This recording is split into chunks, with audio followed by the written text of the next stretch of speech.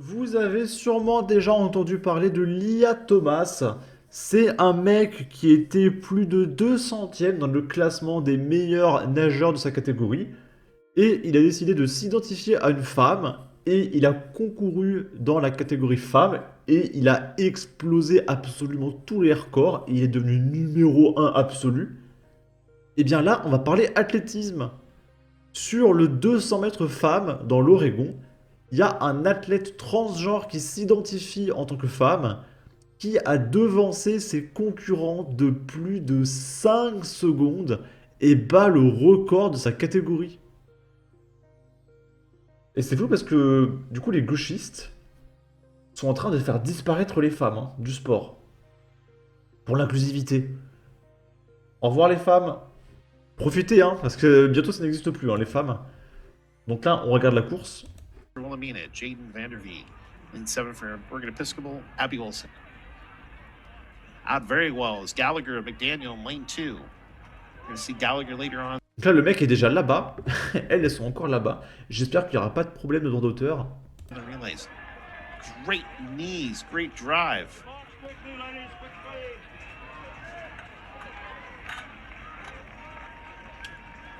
Gallagher, the victory here in section number 1. 25-49. Mais les pauvres, quoi. C'est déloyal au possible,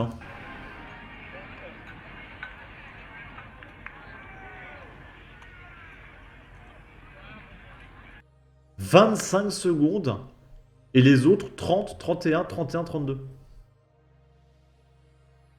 C'est l'inclusivité, les copains. D'ailleurs, il y a les JO bientôt. Peut-être que pendant les JO, on va voir une explosion des records olympiques faits par des transgenres. Dans la catégorie femmes. La Minute Info a un excellent youtubeur qui répond « Vive le féminisme et l'intersection des luttes. Si les femmes ont accepté de courir avec un homme déguisé en femme alors qu'elles assument, et surtout qu'elles ne pleurent pas, la seule réaction qui aurait été adéquate était le boycott de cette course.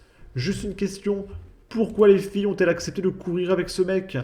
Pourquoi ces dames acceptent de prendre le départ de cette pantalonnade ? Si elles refusaient, le problème serait résolu en 10 secondes. Il doit être disqualifié.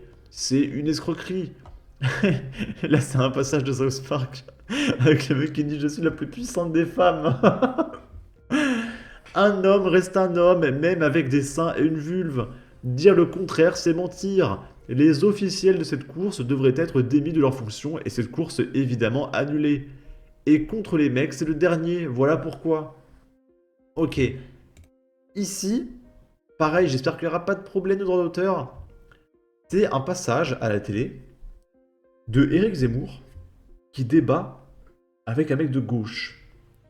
Et le mec de gauche va remercier Éric Zemmour et va lui dire que Éric Zemmour, c'est le seul, enfin la droite sont les seuls, à accepter de lui parler et que même les gauchistes l'ont renié parce que les gauchistes sont trop sectaires. Et c'est ce mec de gauche qui le dit. Et tout le monde va l'applaudir et même Zemmour va rigoler, etc. Je suis choqué. C'est la première fois que j'entends une personne de gauche dire une vérité. Bonsoir Éric Zemmour. Bonsoir. Avant de répondre à votre question, je vais, si vous le permettez, prendre 30 secondes pour dire que venant à votre rencontre, je n'ai pu m'empêcher de ressentir une forme de tristesse en me disant que nous étions quand même dans un drôle de pays où des militants de gauche, patriotes, comme Zeribi ou moi-même, qui aiment la France passionnément, qui défendent quelques-uns de ses grands principes, à commencer par la laïcité, ne sont désormais plus invités que par la droite et ouvertement boycottés par une gauche qui préfère inviter des rappeurs islamistes et acclamer des terroristes palestiniens.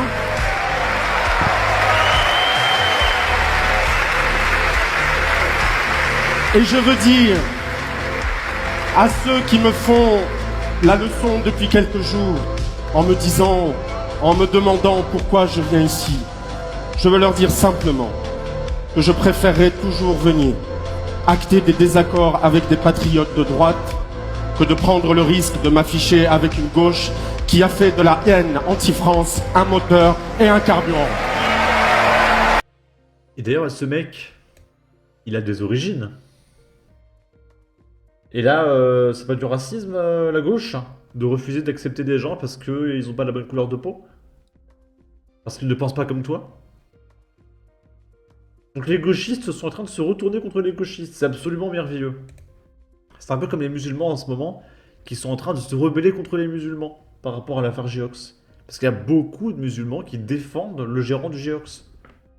Suite à ça, on va regarder quelques faits divers. Ici, on est à Combre.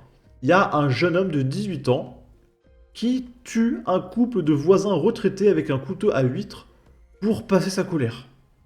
C'est pour le détendre. De toute façon, c'est des Français, donc bon, c'est de la chair à canon les Français, hein. Donc voilà, ça l'a calmé un petit peu. C'était suite à une dispute avec son père. Inconnu de la justice, il a reconnu le double meurtre et a été mis en examen, puis écroué. C'est dans ce petit village de Combre d'environ 600 habitants que ce double meurtre ultra violent est survenu, plus précisément dans un hameau composé de 4 propriétés. Vers 17 h ce mercredi, une voisine a alerté les gendarmes. Elle venait de découvrir les 2 corps inanimés des 2 victimes dans leur jardin, dont elle était amie. Elle déclarait notamment que le monsieur était un physicien nucléaire à la retraite, tandis que madame était une biologiste à la retraite, expose le procureur dans un communiqué. Les victimes, domiciliées à Saint-Cloud, possédaient cette maison comme résidence secondaire. De multiples plaies relevées sur les 2 corps. Les secours ont prononcé le décès des victimes sur place et le médecin du SMUR a délivré un obstacle médico-légal. Les gendarmes de la brigade de recherche de la compagnie de Nogent-le-Rotrou et ceux de la section de recherche d'Orléans, conjointement saisis de l'enquête, sont rapidement arrivés sur les lieux et ont procédé à de premières constatations. Des premières constatations effectuées par les techniciens d'identification criminelle, il ressortait que les 2 corps présentaient un visage tuméfié et enfoncé et des plaies, probablement causées par une arme blanche, étaient relevées en nombre et sur plusieurs parties des 2 corps, décrit le magistrat. L'autopsie a montré que le décès des victimes était lié à des plaies à l'arme blanche, au jugulaire et à la carotide. En outre, les enquêteurs n'ont constaté aucune trace de fouille dans l'habitation ni d'effraction. Donc le mec était juste venu pour tuer. L'enquête a rapidement progressé. Les gendarmes ont interrogé les voisins domiciliés à 230 mètres de la maison des victimes. Ils affirmaient que leur fils, un jeune homme âgé de 18 ans et demi, inconnu des services de la justice, demeurant chez ses parents sans emploi, était sorti autour de 18 h le 9 avril 2024 pour courir après avoir mis un pantalon type blue jeans. Entre 18 h et 19 h, sa mère aurait entendu au-dessus de bruit de tondeuse une voix d'homme dire « Arrête, arrête !»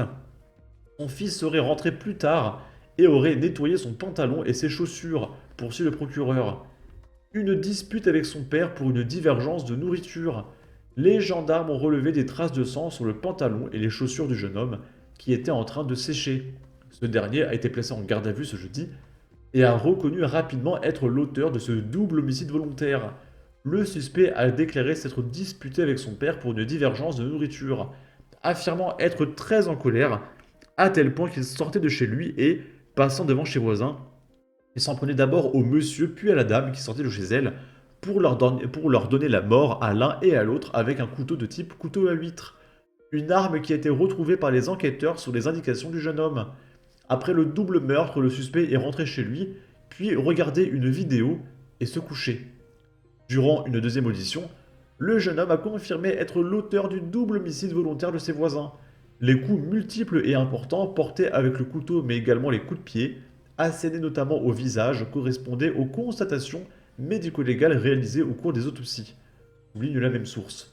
Présenté à un juge d'instruction à Chartres, le jeune majeur a été mis en examen pour homicide volontaire du monsieur précédé, accompagné ou suivi d'un autre crime en l'espèce, celui de la dame, et pour l'homicide volontaire de la dame accompagnée... Quoi ? 2 fois la dame ? Je comprends pas. Bref, il est accusé. Le mis en cause encourt désormais la réclusion criminelle à perpétuité.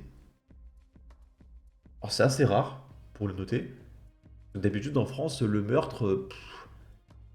vas-y, c'est 6 mois de sursis, quoi. Et là, le mec, pour avoir tué 2 vieux, il prend perpète. Tant mieux, hein. Moi, j'aimerais que ce soit le cas tout le temps. Parce que 95% du temps, le meurtre, c'est du sursis. Bon. Pour passer sa colère, c'est quoi ce monde de fou? Sérieux, il y a d'autres moyens de passer sa colère, comme faire du sport, courir, marcher sur une longue distance, etc. C'est gratuit.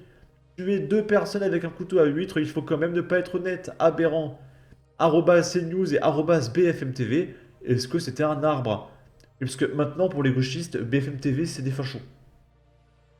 C'est déjà trop à droite, BFM TV. Hein. De toute façon, tout ce qui est plus à droite que le quotidien, c'est déjà plus ou moins le Troisième Reich, d'accord? Bon. Pour finir, un drame insupportable a été évité de peu. Un chauffard refuse d'obtempérer et fonce sur les policiers qui ont tout juste le temps de s'écarter, à Darténal, près de Rouen. 3 suspects de 19, 21 et 22 ans ont été interpellés. Excusez-moi. Vers 16 h, un équipage de police était en contrôle routier sur un parking de la place de la Cour au Duc. Les fonctionnaires ont aperçu un homme au volant d'une Citroën C3 avec 3 passagers. Le conducteur roule lentement et semble vouloir s'arrêter pour se soumettre au contrôle. Il fait finalement le tour du parking, accélère et fonce sur les forces de l'ordre. 3 policiers n'ont pas l'autre choix que de sauter sur le côté pour ne pas être violemment percutés. Un 4e fonctionnaire utilise un stop stick, une herse, pour tenter de stopper le suspect en vain. Le chauffard poursuit sa route, alors qu'il pourrait juste tirer. Quand il y a un mec qui écrase 3 policiers, je pense que tu es en légitime défense. Alors, en France, la légitime défense n'existe pas, mais il serait peut-être temps que les policiers puissent se défendre, à un moment donné. Les suspects refusent de dire qui était au volant. L'alerte est donnée sur les ondes et ce sont 3 motards de la police qui parviennent à localiser le véhicule des suspects dans la rue des Apôtres. Les 3 jeunes hommes de 19, 21 et 22 ans qui se trouvaient à bord ont été interpellés et placés en garde à vue pour tentative d'homicide, refus d'obtempérer et détention de sandwich. La 4e personne suspecte est en fuite. Les enquêteurs doivent encore identifier le conducteur parmi les suspects, chacun refusant de le dire. Un drame insupportable a été évité de peu, réagit la préfecture de la Seine-Maritime sur Twitter. Le préfet assure les policiers, victimes de cette tentative de meurtre, de son entier soutien. Il salue de surcroît leur réactivité. Elle a permis d'orienter les recherches de leurs collègues qui ont interpellé les auteurs dans les minutes qui ont suivi. Et le policier aurait été écrasé comme une crêpe. La LFI n'aurait pas dit un mot. Ok. En tout cas, n'hésitez pas à donner votre avis, votre opinion, à partager, liker, commenter. Ça aidera au référencement de la vidéo sur YouTube. Abonnez-vous, suivez-moi sur Twitter. Et à la prochaine pour de futures vidéos. Ciao.